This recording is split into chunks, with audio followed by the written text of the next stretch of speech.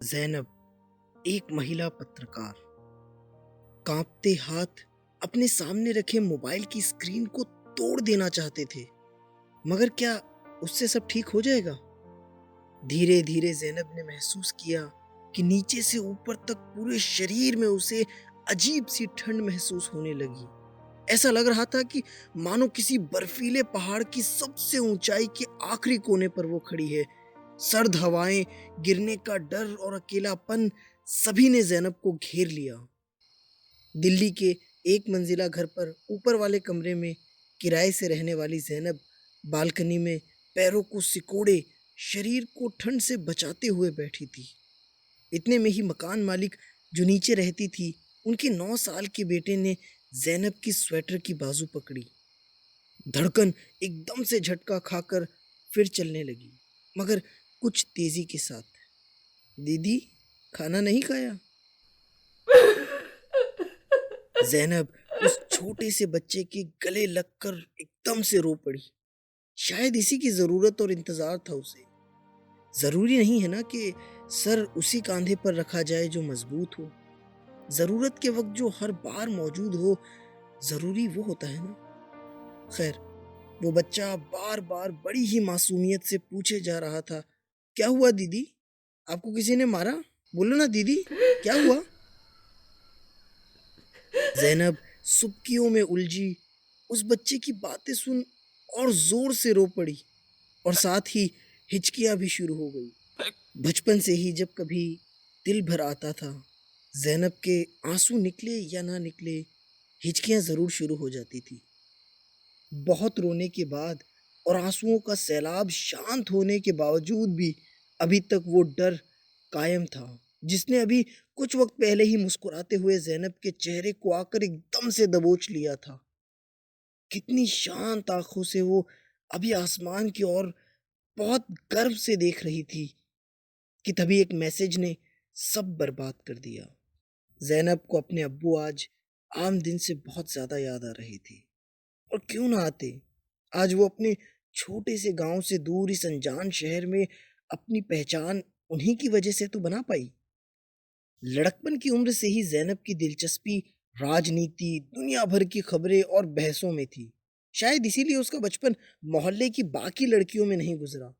एक बार तो जब अब्बू, दोनों बड़े भाई और चाचा एक कमरे में किसी मेहमान के साथ बैठे किसी मुद्दे पर चर्चा कर रहे थे, तो ये मैडम, जिन्हें कमरे में चाय पकड़ा कर भेजा था, ये चाय का ग्लास सभी को देने से पहले ही बीच में बोल पड़ी, महज हम उस शख्स को अपना होने के कारण अगर जिता भी दें, तो क्या वो पूरी कौम के लिए, लोगों के लिए बेहतर होगा? इतनी हिमाकत! पूरा कमरा एक बार के लिए तो स्तब्ध रह गया, मगर उसकी बात पूरी होने तक नहीं। बड़े भाई के जब आंखों के इशारे से भी वो चुप नहीं हुई, तब दूसरे भाई ने कुछ तंज भरे अंदाज में कहा, चलो अंदर, जो काम दिया है वो करो। ज़ैनब का डर नहीं मगर भाई की बात मानना उसे नीची नज़र किए मुड़कर कमरे से बाहर ले जाने लगा। इतने में ही अब्बू ने कहा, अच्छा जीनू, एक बात बताओ, अगर हम अपने आदमी को वोट न भी दें, तो क्या इस बात पर सब अमल करेंगे? ज़ैनब ने पलटकर जब सर उठाया, तो अब्बू ने फिर मुस्कुराकर पूछा, बोलो बोलो, क्या लगता है तुम्हें? अब्बू ने ज़ैनब के आज़ाद ख्याल की उस दिन कद्र की। अब चूंकि अब्बू ने कह दिया, तो भैया, भाई बड़ा हो छोटा हो, क्या ही बोलता। इसके बाद तो मानो ज़ैनब की चांदी ही हो गई। घर के हर मसले पर राय ली जाने लगी, बात में हिस्सेदारी मिलने लगी। बोले तो देश का तो पता नहीं, मगर ज़ैनब के घर में असल मायने में डेमोक्रेसी आ चुकी थी। मगर इतना आसान भी नहीं था रास्ता। पहली रुकावट तब आई जब कक्षा 11वीं में आर्ट्स तो लिया गया, मोहल्ले की लड़कियों की तरह, मगर एक फर्क था जो घर में अब्बू को छोड़ सभी को खटकने लगा, पॉलिटिकल साइंस। अच्छा, इतनी जरूरत? अब गांव के छोटे घर की वही कहानी हुई। कुछ ने एतराज जताया, कुछ ने भला बुरा कहा, कुछ बर्तन भी बजे, मगर आखिर में फैसला तो वही हुआ जिस पर अब्बू ने दस्तखत किया। लो भाई, लड़की की जर्नी शुरू। उसके बाद यही चीज दोबारा तब हुई जब कॉलेज के लिए गांव से बाहर जाने की बात की। इस बार तो अम्मी भी खिलाफ में थी, अब्बू भी कुछ परेशान हुए, मगर दिल्ली का नाम सुन कुछ राहत की सांसें भी ली। अपनी बेगम और घर के सभी लोगों को समझाते हुए उन्होंने कहा, अरे इतना क्या सोचना है भाई, घर पर ही पड़ेगी हमारी बेटी। जैसे ये घर है उसका, वैसे ही तो दिल्ली में उसकी आफिया खाला का घर है। वो भी तो कितना चाहती है हमारी जीनू को। मैं बात कर लूंगा उनसे, वहीं रहेगी जीनू। लो भाई, नैया अब और आगे बढ़ी। डीयू से जर्नलिज्म कर 8 महीने पहले ही जैनब को एक न्यूज चैनल पे बतौर इंटर्न रख लिया गया।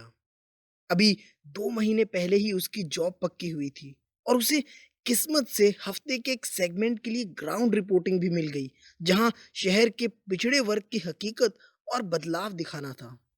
बीते 2 महीने में ही उस सेगमेंट की जान बन गई थी जैनब। उससे बेहतर ग्राउंड रिपोर्ट पर क्वेश्चनिंग अभी तक उस चैनल पे बहुत कम लोगों ने ही की थी। फैक्ट्स की चलती फिरती दुकान थी वो, इसलिए बिल्कुल भी नहीं कतराती थी बड़े से बड़े, मुश्किल से मुश्किल सवाल पूछने से। अभी पिछले ही हफ्ते एक और एमएलए का इंटरव्यू था। बाकी इंटरव्यू से कुछ अलग था, और क्यों ना होता, जबकि वो एमएलए अपने स्टेट में इतना प्रचलित था कि अब की बार इलेक्शन में सीएम के पद का एक मजबूत उम्मीदवार भी था। शायद इतने छोटे चैनल को महज इसीलिए इंटरव्यू देने को तैयार हो गया क्योंकि इलेक्शन नजदीक थे। रूम में बहुत कम बार की तरह मगर उस सेगमेंट को एयर न करने पर राय रखी गई, मगर फाइनली उसे एयर किया गया। रूलिंग पार्टी का थोड़ा बहुत क्रिटिसिज्म, मगर बहुतों का अप्रिसिएशन भी मिला। जैनब ऑफिस से निकलते वक्त एक और तारीफ का गुलदस्ता लेकर घर आ गई। कपड़े चेंज करने के बजाय बालकनी में खड़े होकर एक नज़र में दुनिया देखने लगी। थोड़ा गुरूर मगर ज्यादा गर्व महसूस करने लगी। इतने में एक मैसेज ब्लिंक हुआ, एक रेप थ्रेट। मैसेज भेजने वाला ये भी जानता था कि जैनब के गांव का नाम क्या है, उसके अब्बू का, और दिल्ली में वो कहाँ रहती है। जर्नलिज्म के करियर में ये जैनब ने पहली बार देखा। एकदम से धड़कन बढ़ने लगी। डर सामने तभी एकदम पास आकर खड़ा हो गया। अभी डर बढ़ ही रहा था, इतने में एक और मैसेज ब्लिंक हुआ, बाहर देख। जैनब की हथेलियों पर पसीना इतना हो गया कि उसे उस फोन को कस के पकड़ना पड़ा। सच बोलना, अपनी ड्यूटी करना, आखिर क्यों हिम्मत की बात होती है। एक जर्नलिस्ट होना क्या इतना मुश्किल होना चाहिए? और क्या एक फीमेल जर्नलिस्ट बहुत मुश्किल? मैसेज पढ़कर मन तो कर रहा था कि बाहर जाकर जो कोई भी अगर है तो उसे खींच के एक थप्पड़ लगाकर कहे, मैं डरती नहीं हूं तुझ जैसे लोगों से। मगर बजाय इसके धीरे कदमों से वो बालकनी की ओर गई। खाली सड़क के एक किनारे से जब उसने नजरें हल्के से दूसरे किनारे तक फैलाई तो कोई था वहां जो ठीक उसी की ओर देख रहा था। साथ में एक गाड़ी भी खड़ी थी जिसका शीशा नीचे था और उसमें बैठे कुछ और लोग नजर आ रहे थे। इतने में उस लड़के ने मोबाइल निकाला और कुछ टाइप करने लगा। टाइप कर गाड़ी में बैठ गया और तुरंत ही गाड़ी वहां से चली गई। अभी तक इस पर विश्वास न करने के लिए जैनब सोच ही रही थी कि तभी एक और मैसेज ब्लिंक हुआ, देख लिया, फाइनल वार्निंग है ये। अगली बार गाड़ी घर के गेट पर और हम तेरे कमरे में होंगे। पैरों ने साथ छोड़ दिया। जैनब वहीं बैठकर आवाज दबाते हुए मगर सिसक को न रुकता पाकर रोने लगी। शायद खुद को कमजोर महसूस कर रही होगी।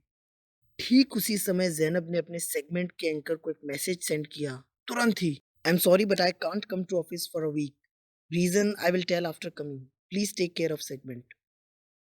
बिना जवाब आए जैनब ने एक बैग में तुरंत ही 3 कपड़ों की जोड़ी डाल नीचे वाली अंकल से रिक्वेस्ट की कि वो उसे बस स्टॉप तक ड्रॉप कराए। 4 घंटे बाद आधी रात में ही वो घर पहुंच गई। यहां तक का रास्ता उसने कैसे निकाला सिर्फ वही जानती थी। दरवाजा बड़ी भाभी ने खोला। जीनू, क्या सरप्राइज दिया है तूने? ये कहकर वो उसके वहीं गले लग गई। आवाज सुन अब्बू भी कमरे के बाहर आ गए, मगर शायद उन्होंने जैनब के चेहरे पे वो पढ़ लिया था जो किसी और ने नहीं देखा। कुछ वक्त बाद उन्होंने कहा, बहुत रात हो गई भाई, ये भी थक गई होगी, चलो सब सो जाओ, कल सुबह उठकर जी भर कर बातें कर लेना। और जीनू, तू मेरे साथ आ। जैनब को जैसे ही पता लगा कि सब चले गए, वो अपने अब्बू से गले लगकर फिर से उसी तरह जैसे दिल्ली की बालकनी में फूट फूट कर रोने लगी। क्या हुआ जीनू? बेटा, रो मत बेटा, क्या हुआ?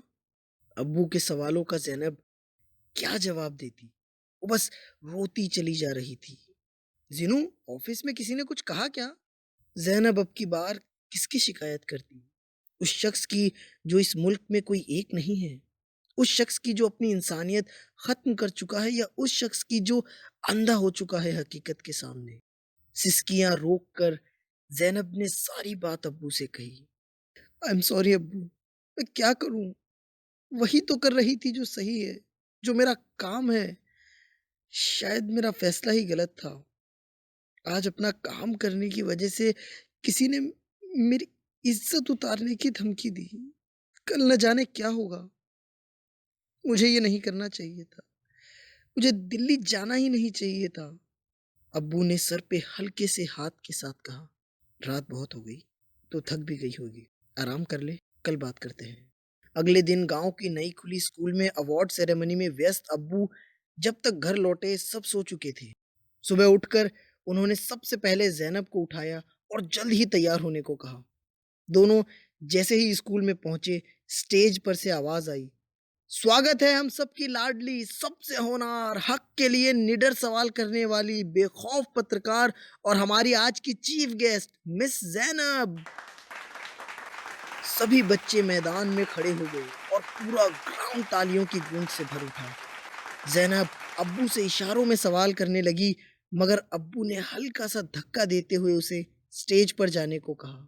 जब तक ज़ैनब स्टेज पर चढ़ती, छोटे बच्चों और आगे की सभी तालियां रुक चुकी थी, मगर अब भी कुछ तालियां चुप होने का नाम ही नहीं ले रही थी। ज़ैनब ने देखा तो लड़कपन की उम्र में दाखिल कुछ लड़कियां जो लाइन के सबसे आखिर में खड़ी थी, वो तालियां किसी गर्व, हिम्मत और अपनी इच्छा से बजा रही थी।